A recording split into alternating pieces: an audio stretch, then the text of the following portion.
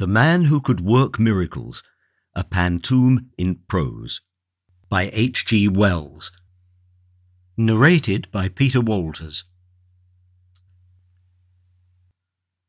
It is doubtful whether the gift was innate. For my own part, I think it came to him suddenly. Indeed, until he was 30, he was a skeptic, and did not believe in miraculous powers. And here, since it is the most convenient place, I must mention that he was a little man, and had eyes of a hot brown, very erect red hair, a moustache with ends that he twisted up, and freckles. His name was George McWhirter Fotheringay. Not the sort of name by any means to lead to an expectation of miracles. And he was clerk at Gomshott's. He was greatly addicted to assertive argument. It was while he was asserting the impossibility of miracles that he had his first intimation of his extraordinary powers. This particular argument was being held in the bar of the Long Dragon, and Toddy Beamish was conducting the opposition by a monotonous but effective "So you say," that drove Mr. Fotheringay to the very limit of his patience. There were present, besides these two, a very dusty cyclist, Landlord Cox, and Miss Maybridge, the perfectly respectable and rather portly barmaid of the Dragon. Miss Maybridge was standing with her back to Mr. Fotheringay, washing glasses. The others were watching him, more or less amused by the present ineffectiveness of the assertive method. Goaded by the Torres Vedras tactics of Mr. Beamish, Mr. Fotheringay determined to make an unusual rhetorical effort. "Look-y here, Mr. Beamish," said Mr. Fotheringay. "Let us clearly understand what a miracle is. It's something contrary-wise to the course of nature, done by power of will, something what couldn't happen without being specially willed." "So you say," said Mr. Beamish, repulsing him. Mr. Fotheringay appealed to the cyclist, who had hitherto been a silent auditor, and received his assent, given with a hesitating cough and a glance at Mr. Beamish. The landlord would express no opinion, and Mr. Fotheringay, returning to Mr. Beamish, received an unexpected concession of a qualified assent to his definition of a miracle. "For instance," said Mr. Fotheringay, greatly encouraged, "here would be a miracle. That lamp, in the natural course of nature, couldn't burn like that, upside down, could it, Beamish?" "You say it couldn't," said Beamish. "And you," said Fotheringay, "you don't mean to say, eh?" "Nah," said Beamish reluctantly. "No, it couldn't." "Very well," said Mr. Fotheringay. "Then here comes someone, as it might be me, along here and stands, as it might be, here, and says to that lamp, as I might do, collecting all my will, turn upside down without breaking, and go on burning steady, and then—" "Hello!" It was enough to make anyone say, "Hello!" The impossible, the incredible, was visible to them all. The lamp hung inverted in the air, burning quietly with its flame pointing down.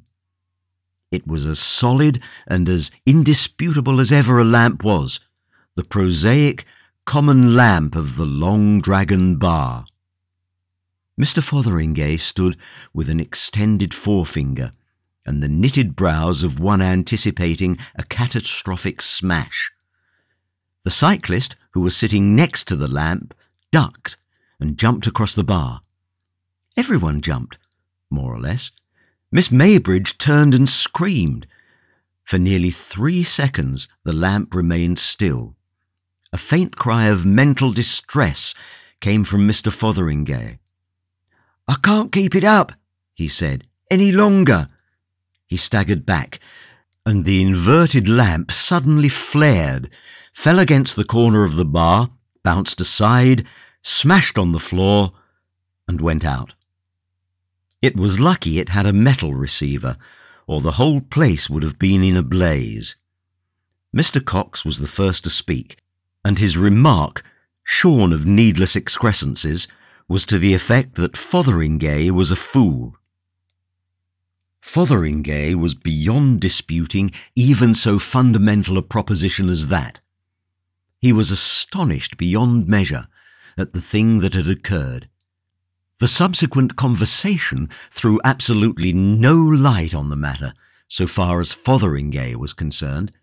The general opinion not only followed Mr. Cox very closely, but very vehemently. Everyone accused Fotheringay of a silly trick, and presented him to himself as a foolish destroyer of comfort and security. His mind was in a tornado of perplexity. He was himself inclined to agree with them, and made a remarkably ineffectual opposition to the proposal of his departure. He went home flushed and heated, coat-collar crumpled, eyes smarting and ears red. He watched each of the 10 street lamps nervously as he passed it. It was only when he found himself alone in his little bedroom in Church Row that he was able to grapple seriously with his memories of the occurrence and ask, "What on earth happened?" He had removed his coat and boots and was sitting on the bed with his hands in his pockets, repeating the text of his defence for the 17th time. I didn't want the confounded thing to upset, when it occurred to him that at the precise moment he had said the commanding words, he had inadvertently willed the thing he said, and that when he had seen the lamp in the air, he had felt that it depended on him to maintain it there without being clear how this was to be done. He had not a particularly complex mind, or he might have stuck for a time at that inadvertently willed, embracing as it does the abstrusest problems of voluntary action. But as it was, the idea came to him with a quite acceptable haziness, and from that, following, as I must admit, no clear logical path, he came to the test of experiment. He pointed resolutely to his candle and collected his mind, though he felt he did a foolish thing. "Be raised up," he said, but in a second that feeling vanished. The candle was raised, hung in the air one giddy moment, and as Mr. Fotheringay gasped, fell with a smash on his toilet table, leaving him in darkness, save for the expiring glow of its wick. For a time Mr. Fotheringay sat in the darkness, perfectly still. "It did happen after all," he said, "and how I'm to explain it, I don't know." He sighed heavily and began feeling in his pockets for a match. He could find none, and he rose and groped about the toilet table. "I wish I had a match," he said. He resorted to his coat, and there was none there, and then it dawned upon him that miracles were possible, even with matches. He extended a hand and scowled at it in the dark. "Let there be a match in that hand," he said. He felt some light object fall across his palm, and his fingers closed upon a match. After several ineffectual attempts to light this, he discovered it was a safety match. He threw it down, and then it occurred to him that he might have willed it lit. He did, and perceived it burning in the midst of his toilet table mat. He caught it up hastily, and it went out. His perception of possibilities enlarged, and he felt for and replaced the candle in its candlestick. "Here, you be lit," said Mr. Fotheringay, and forthwith the candle was flaring, and he saw a little black hole in the toilet cover, with a wisp of smoke rising from it. For a time he stared from this to the little flame and back, and then looked up and met his own gaze in the looking-glass. By this help, he communed with himself in silence for a time. "How about miracles now?" said Mr. Fotheringay at last, addressing his reflection. The subsequent meditations of Mr. Fotheringay were of a severe but confused description. So far, he could see it was a case of pure willing with him. The nature of his experiences so far disinclined him from any further experiments, at least until he had reconsidered them. But he lifted a sheet of paper and turned a glass of water pink and then green, and he created a snail, which he miraculously annihilated, and got himself a miraculous new toothbrush. Somewhen, in the small hours, he had reached the fact that his willpower must be of a particularly rare and pungent quality, a fact of which he had certainly had inklings before, but no certain assurance. The scare and perplexity of his first discovery was now qualified by pride, in this evidence of singularity, and by vague intimations of advantage. He became aware that the church clock was striking 1, and as it did not occur to him that his daily duties at Gumshots might be miraculously dispensed with, he resumed undressing in order to get to bed without further delay, and as he struggled to get his shirt over his head, he was struck with a brilliant idea. "Let me be in bed," he said, and found himself so. "Undressed," he stipulated, and finding the sheets cold, added hastily, "and in my nightshirt. No, in a nice, soft, woolen nightshirt." "Ah," he said with immense enjoyment. "And now let me be comfortably asleep." He awoke at his usual hour and was pensive all through breakfast time, wondering whether his overnight experience might not be a particularly vivid dream. At length his mind turned again to cautious experiments. For instance, he had 3 eggs for breakfast. 2 his landlady had supplied, good but shoppy, and 1 was a delicious fresh goose egg, laid, cooked, and served by his extraordinary will. He hurried off to Gomshots in a state of profound but carefully concealed excitement, and only remembered the shell of the 3rd egg when his landlady spoke of it that night.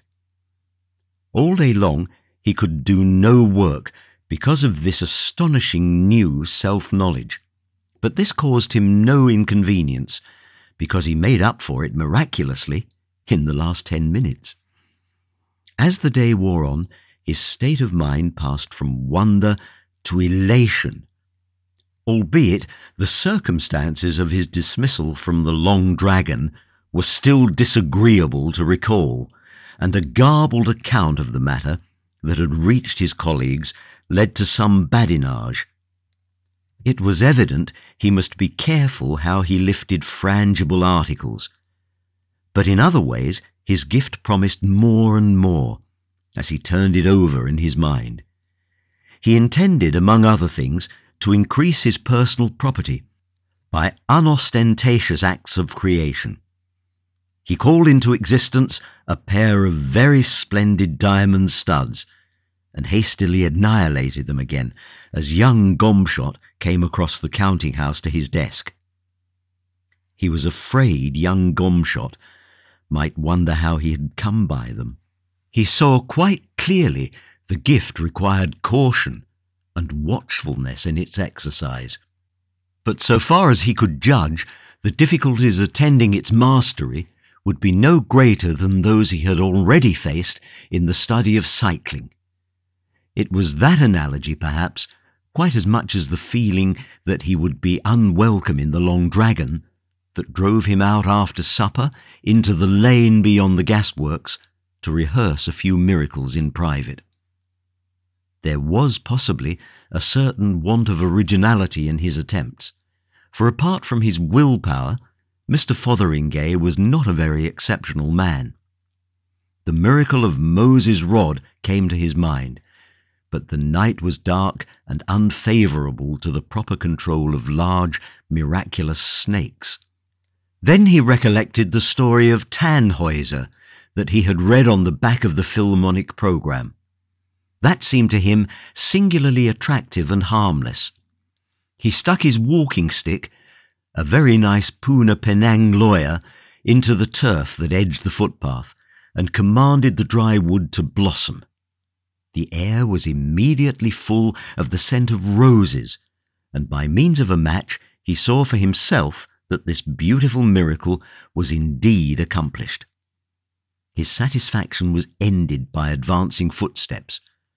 Afraid of a premature discovery of his powers, he addressed the blossoming stick hastily. "Go back!" What he meant was, "Change back," but of course he was confused. The stick receded at a considerable velocity, and incontinently came a cry of anger and a bad word from the approaching person. "Who are you throwing brambles at, you fool?" cried a voice. "That got me on the shin." "I'm sorry, old chap," said Mr. Fotheringay, and then realising the awkward nature of the explanation, caught nervously at his moustache. He saw Winch, one of the 3 Immering constables, advancing. "What do you mean by it?" asked the constable. "Hello, it's you, is it? The gent that broke the lamp at the Long Dragon?" "I don't mean anything by it," said Mr. Fotheringay. "Nothing at all." "What'd you do it for, then?" "Oh, bother," said Mr. Fotheringay. "Bother indeed. D'you know that stick hurt? What'd you do it for, eh?" For a moment Mr. Fotheringay could not think what he had done it for. His silence seemed to irritate Mr. Winch. "You've been assaulting the police, young man, this time. That's what you done." "Look here, Mr. Winch," said Mr. Fotheringay, annoyed and confused. "I'm very sorry. The fact is—" "Well?" He could think of no way but the truth. "I was working a miracle." He tried to speak in an offhand way, but try as he would, he couldn't. "Working a... Here, don't you talk rot. Working a miracle, indeed. Miracle. Well, that's downright funny. Why, you's the chap that don't believe in miracles. Fact is, this is another of your silly conjuring tricks. That's what this is. Now I'll tell you." But Mr. Fotheringay never heard what Mr. Winch was going to tell him. He realised he had given himself away, flung his valuable secret to all the winds of heaven. A violent gust of irritation swept him into action. He turned to the constable swiftly and fiercely. "Here," he said, "I've had enough of this, I have. I'll show you a silly conjuring trick, I will. Go to Hades. Go now." He was alone. Mr. Fotheringay performed no more miracles that night, nor did he trouble to see what had become of his flowering stick. He returned to the town, scared and very quiet, and went to his bedroom. "Lord," he said, "it's a powerful gift. An extremely powerful gift. I didn't hardly mean as much as that. Not really. I wonder what Hades is like." He sat on the bed taking off his boots, struck by a happy thought. He transferred the constable to San Francisco, and without any more interference with normal causation, went soberly to bed. In the night he dreamed of the anger of Winch. The next day Mr. Fotheringay heard 2 interesting items of news. Someone had planted a most beautiful climbing rose against the elder Mr. Gomshot's private house in the Lullaborough Road, and the river as far as Rawlings Mill was to be dragged for Constable Winch. Mr. Fotheringay was abstracted and thoughtful all that day, and performed no more miracles, except certain provisions for Winch, and the miracle of completing his day's work with punctual perfection, in spite of all the bee-swarms of thoughts that hammered through his mind, and the extraordinary abstraction and meekness of his manner was remarked by several people, and made a matter for jesting. For the most part, he was thinking of Winch. On Sunday evening he went to chapel, and oddly enough, Mr. Maydig, who took a certain interest in occult matters, preached about things that are not lawful. Mr. Fotheringay was not a regular chapel-goer, but the system of assertive scepticism to which I have already alluded was now very much shaken. The tenor of the sermon threw an entirely new light on these novel gifts, and he suddenly decided to consult Mr. Maydig immediately after the service. So soon as that was determined, he found himself wondering why he had not done so before. Mr. Maydig, a lean, excitable man, with quite remarkably long wrists and neck, was gratified at a request for a private conversation from a young man whose carelessness in religious matters was a subject for general remark in the town. After a few necessary delays, he conducted him to the study of the manse, which was contiguous to the chapel, seated him comfortably, and standing in front of a cheerful fire, his legs through a Rhodian arch of shadow on the opposite wall, requested Mr. Fotheringay to state his business. At first Mr. Fotheringay was a little abashed, and found some difficulty in opening the matter. "You'll scarcely believe me, Mr. Maydig, I'm afraid," and so forth for some time. He tried a question at last, and asked Mr. Maydig his opinion of miracles. Mr. Maydig was still saying, "Well," in an extremely judicial tone, when Mr. Fotheringay interrupted again. "You don't believe, I suppose, that some common sort of person like myself, for instance, as just might be sitting here now, might have some sort of twist inside him that made him able to do things by his will?" "It's possible," said Mr. Maydig. "Something of the sort, perhaps, is possible." "If I might make free with something here, I think I might show you by a sort of experiment," said Mr. Fotheringay. "Now, take that tobacco jar on the table, for instance. What I want to know is whether what I'm going to do with it is a miracle or not. Just half a minute, Mr. Maydig, please." He knitted his brows, pointed to the tobacco jar, and said, "Be a bowl of violets." The tobacco jar did as it was ordered. Mr. Maydig started violently at the change, and stood looking from the thaumaturgist to the bowl of flowers. He said nothing. Presently he ventured to lean over the table and smell the violets. They were fresh-picked and very fine ones. Then he stared at Mr. Fotheringay again. "How did you do that?" he asked. Mr. Fotheringay pulled his moustache. "Just like I told it. And there you are. Is that a miracle, or is it black art, or what is it? And what do you think's the matter with me? That's what I want to ask. It's a most extraordinary occurrence.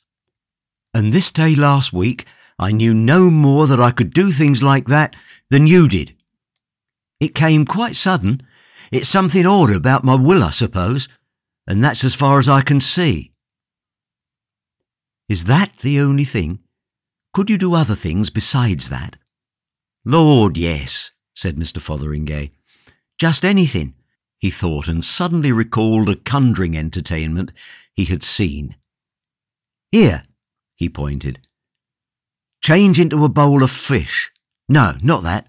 Change into a glass bowl full of water with goldfish swimming in it. That's better. You see that, Mr. Maydig? It's astonishing. It's incredible. You are either a most extraordinary... But no. I could change it into anything," said Mr. Fotheringay. "Just anything. Here, be a pigeon, will you?"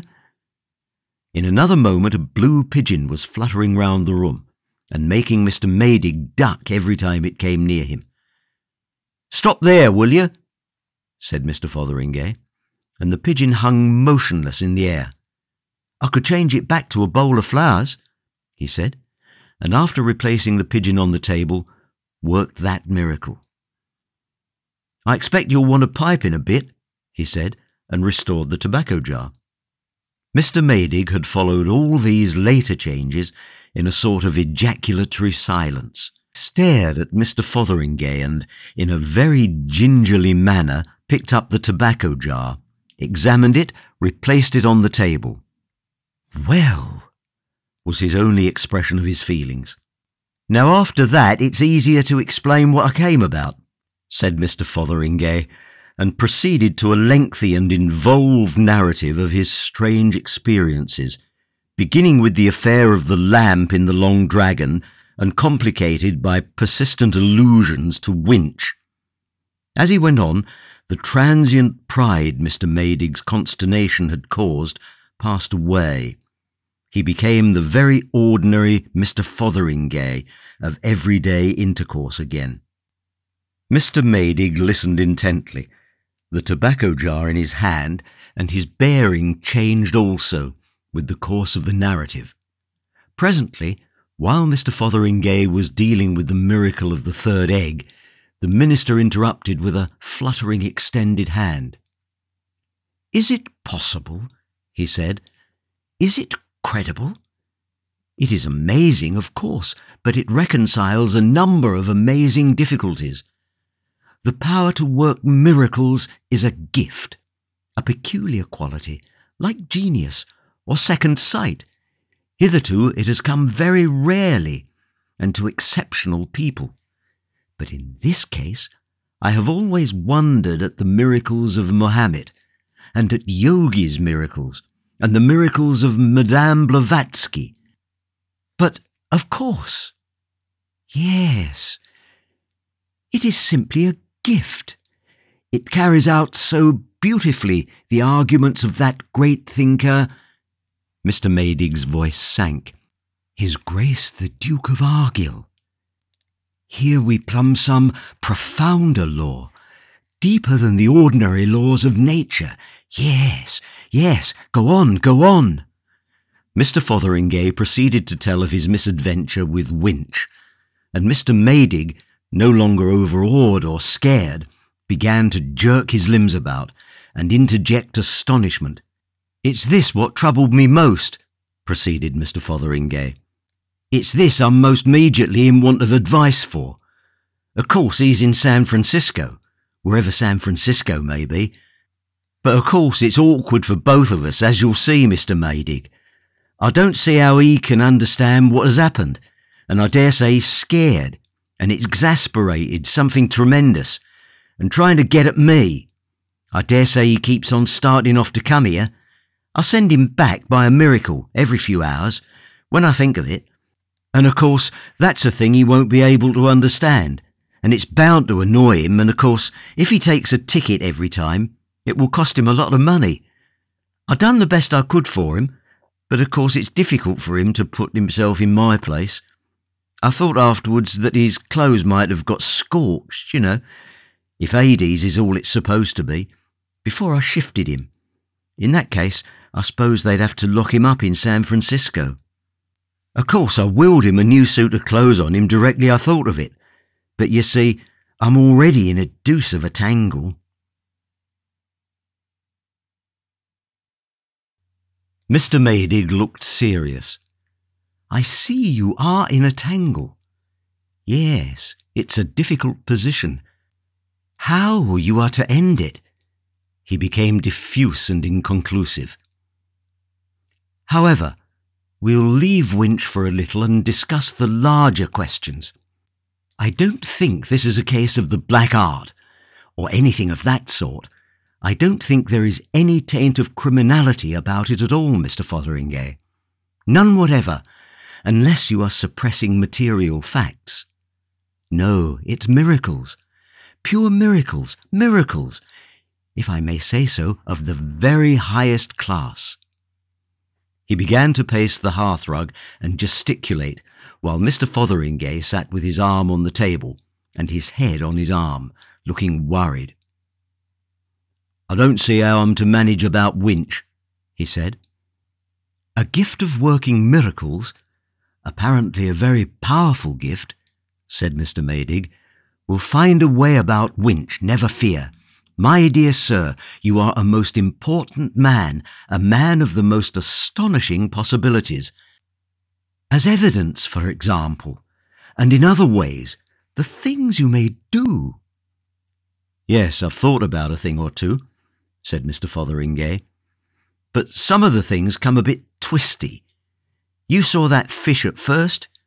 Wrong sort of bowl and wrong sort of fish, and I thought I'd ask someone." "A proper course," said Mr. Maydig, "a very proper course, altogether the proper course." He stopped and looked at Mr. Fotheringay. "It's practically an unlimited gift. Let us test your powers, for instance. If they really are all they seem to be."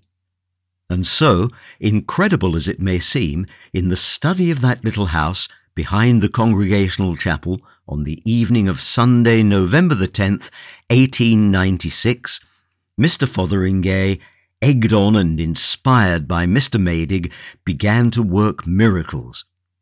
The reader's attention is specially and definitely called to the date. He will object, probably has already objected, that certain points of this story are improbable.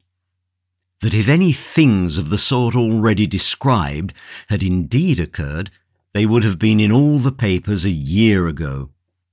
The details immediately following he will find particularly hard to accept, because among other things they involve the conclusion that he or she, the reader in question, must have been killed in a violent and unprecedented manner more than a year ago. Now, a miracle is nothing if not improbable, and as a matter of fact, the reader was killed in a violent and unprecedented manner a year ago. In the subsequent course of this story, that will become perfectly clear and credible, as every right-minded and reasonable reader will admit. But this is not the place for the end of the story, being but little beyond the hither side of the middle, and at first the miracles worked by Mr. Fotheringay were timid little miracles, little things with the cups and parlour fitments, as feeble as the miracles of theosophists, and feeble as they were received with awe by his collaborator. He would have preferred to settle the Winch business out of hand, but Mr. Maydig would not let him. But after they had worked a dozen of these domestic trivialities, their sense of power grew, their imagination began to show signs of stimulation, and their ambition enlarged. Their first larger enterprise was due to hunger and the negligence of Mrs. Minchin, Mr. Maydig's housekeeper. The meal to which the minister conducted Mr. Fotheringay was certainly ill-laid and uninviting as refreshment for two industrious miracle workers. But they were seated, and Mr. Maydig was descanting in sorrow, rather than in anger, upon his housekeeper's shortcomings, before it occurred to Mr. Fotheringay that an opportunity lay before him. "Don't you think, Mr. Maydig," he said, "if it isn't a liberty, My dear Fotheringay, of course. No, I don't think it." Mr. Fotheringay waved a hand. "What shall we have?" he said, in a large inclusive spirit, and at Mr. Maydig's order revised the supper very thoroughly. "As for me," he said, eyeing Mr. Maydig's selection, "I'm always particular fond of a tankard of stout, and a nice Welsh rabbit, and I'll order that. I ain't much given to Burgundy." And forthwith stout and Welsh rabbit promptly appeared at his command. They sat long at their supper, talking like equals, as Mr. Fotheringay presently perceived, with a glow of surprise and gratification, of all the miracles they would presently do. "And, by the by, Mr. Maydig," said Mr. Fotheringay, "I might perhaps be able to help you. in a domestic way." "Don't quite follow," said Mr. Maydig, pouring out a glass of miraculous old Burgundy. Mr. Fotheringay helped himself to a second Welsh rarebit out of vacancy and took a mouthful. "I was thinking," he said, "I might be able to work a miracle with Mrs. Binchin. Make her a better woman." Mr. Maydig put down his glass and looked doubtful. She strongly objects to interference, you know, Mr. Fotheringay, and, as a matter of fact, it's well past 11 and she's probably in her bed asleep. Do you think on the whole—" Mr. Fotheringay considered these objections. "I don't see that it shouldn't be done in her sleep." For a time Mr. Maydig opposed the idea, and then he yielded. Mr. Fotheringay issued his orders, and a little less at their ease, perhaps, the two gentlemen proceeded with their repast. Mr. Maydig was enlarging on the changes he might expect in his housekeeper the next day, with an optimism that seemed even to Mr. Fotheringay's supper senses a little forced and hectic, when a series of confused noises from upstairs began. Their eyes exchanged interrogations, and Mr. Maydig left the room hastily. Mr. Fotheringay heard him calling up to his housekeeper, and then his footsteps going softly up to her. In a minute or so the minister returned, his step light, his face radiant. "Wonderful," he said, "and touching, most touching." He began pacing the hearthrug. "A repentance, a most touching repentance, through the crack of the door. Poor woman, a most wonderful change. She had got up. She must have got up at once. She had got up out of her sleep to smash a private bottle of brandy in her box, and to confess it too.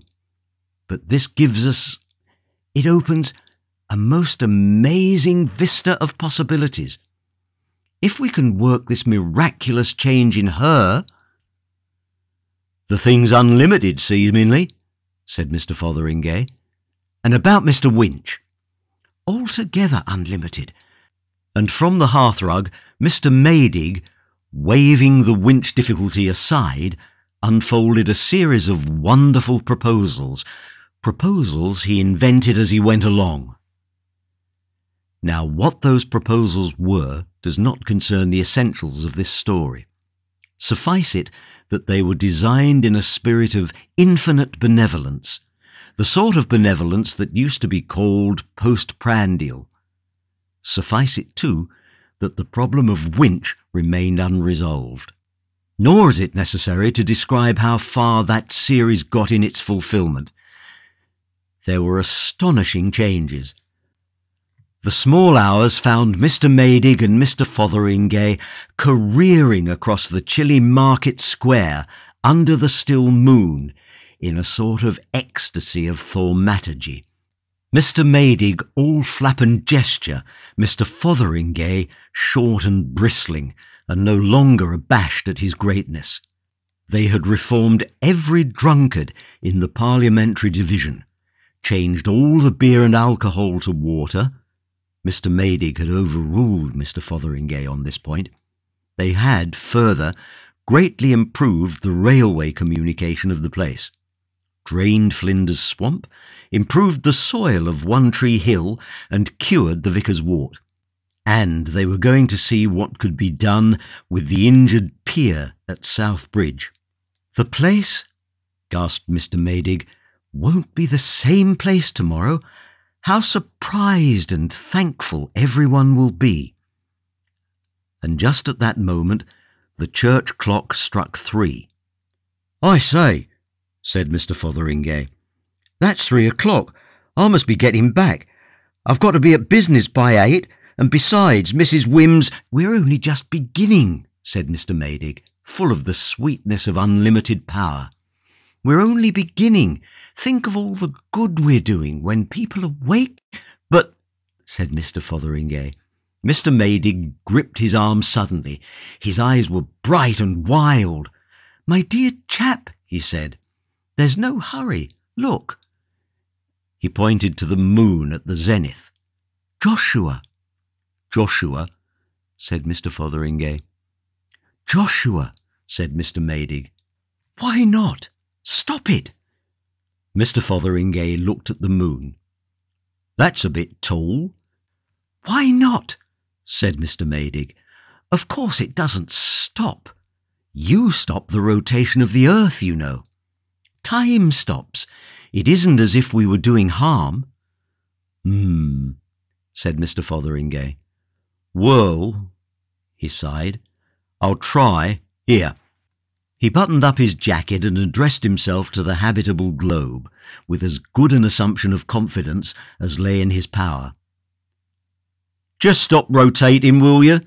said Mr. Fotheringay. Incontinently, he was flying head over heels through the air at the rate of dozens of miles a minute. In spite of the innumerable circles he was describing per second, he thought, for thought is wonderful, sometimes as sluggish as flowing pitch, sometimes as instantaneous as light. He thought in a second and willed, "Let me come down safe and sound. Whatever else happens, let me come down safe and sound." He willed it only just in time, for his clothes, heated by his rapid flight through the air, were already beginning to singe. He came down with a forcible but by no means injurious bump in what appeared to be a mound of fresh-turned earth. A large mass of metal and masonry, extraordinarily like the clock tower in the middle of the market square, hit the earth near him, ricocheted over him, and flew into stonework, bricks and masonry like a bursting bomb. A hurtling cow hit one of the larger blocks and smashed like an egg. There was a crash that made all the most violent crashes of his past life seem like the sound of falling dust, and this was followed by a descending series of lesser crashes. A vast wind roared throughout earth and heaven, so that he could scarcely lift his head to look.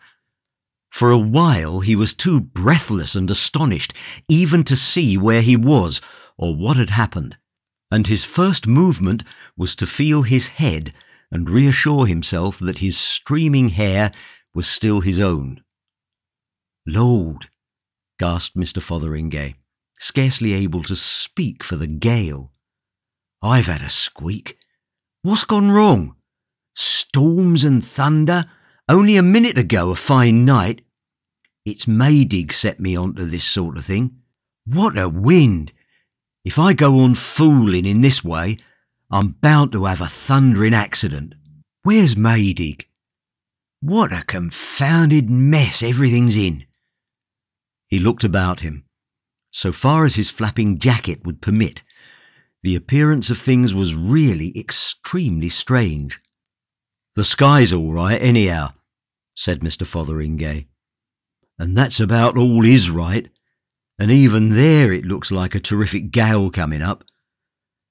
But there's the moon over it, just as it was now, bright as midday.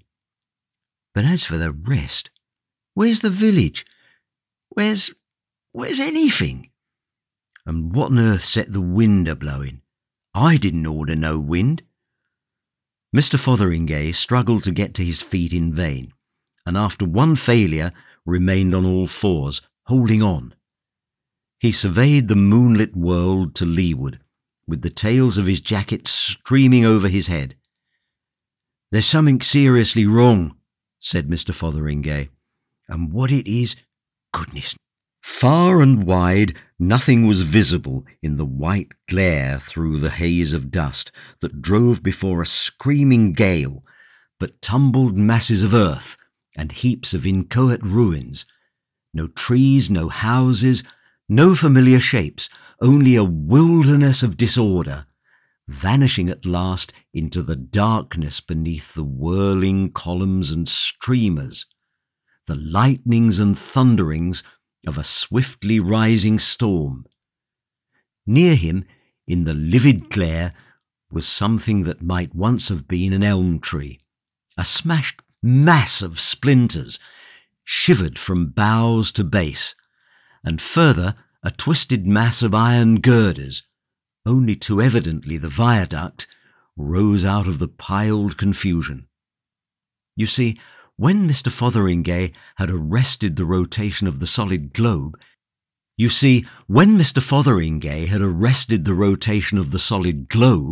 he had made no stipulation concerning the trifling movables upon its surface, and the earth spins so fast that the surface at its equator is travelling at rather more than 1,000 miles an hour, and in these latitudes at more than half that pace, so that the village and Mr. Maydig and Mr. Fotheringay and everybody and everything had been jerked violently forward at about 9 miles per second, that is to say, much more violently than if they had been fired out of a cannon. And every human being, every living creature, every house and every tree, all the world as we know it, had been so jerked and smashed and utterly destroyed. That was all. These things Mr. Fotheringay did not, of course, fully appreciate, but he perceived that his miracle had miscarried, and with that a great disgust of miracles came upon him. He was in darkness now, for the clouds had swept together and blotted out his momentary glimpse of the moon, and the air was full of fitful, struggling, tortured wraiths of hail. A great roaring of wind and waters filled earth and sky, and peering under his hand, through the dust and sleet to the windward, he saw by the play of the lightnings a vast wall of water pouring towards him. "Maydig!" screamed Mr. Fotheringay's feeble voice, amid the elemental uproar. "Here, Maydig!" "Stop!" cried Mr. Fotheringay to the advancing water. "Oh, for goodness sake, stop!" "Just a moment," said Mr. Fotheringay to the lightnings and thunder. "Stop just a moment while I collect me thoughts. And now what shall I do?" he said. "What shall I do? Lord, I wish Maydig was about." "I know," said Mr. Fotheringay, "and for goodness sake, let's have it right this time." He remained on all fours, leaning against the wind, very intent to have everything right. "Ah," he said, "let nothing happen what I'm going to order until I say off. Lord, I wish I'd thought of that before." He lifted his little voice against the whirlwind, shouting louder and louder in the vain desire to hear himself speak. "Now then, here goes. Mind about what I say just now. In the first place, when all I've got to say is done, let me lose my miraculous power. Let my will become just like anybody else's will, and all these dangerous miracles be stopped. I don't like 'em. I'd rather I didn't work 'em, ever so much. That's the first thing. And the second is, let me back. Just before the miracles begin, let everything be just as it was before that blessed lamp turned up. It's a big job, but it's the last. Have you got it? No more miracles. Everything as it was. Me back in the Long Dragon just before I drank my half-pint. That's it. Yes." He dug his fingers into the mould, closed his eyes and said, "Off." Everything became perfectly still. He perceived he was standing erect. "So you say," said a voice. He opened his eyes. He was in the bar of the Long Dragon, arguing about miracles with Toddy Beamish. He had a vague sense of some great thing forgotten that instantaneously passed. You see that, except for the loss of his miraculous powers, everything was back as it had been. His mind and memory, therefore, were now just as they had been at the time when this story began, so that he knew absolutely nothing of all that is told here. Knows nothing of all that is told here to this day. And among other things, of course, he still did not believe in miracles. "I'll tell you that miracles, properly speaking, can't possibly happen," he said. "Whatever you like to hold, and I'm prepared to prove it up to the hilt." "That's what you think," said Toddy Beamish, and "prove it if you can." "Look'ee here, Mr. Beamish," said Mr. Fotheringay. "Let us clearly understand what a miracle is. It's something contrariwise to the course of nature, done by power of will,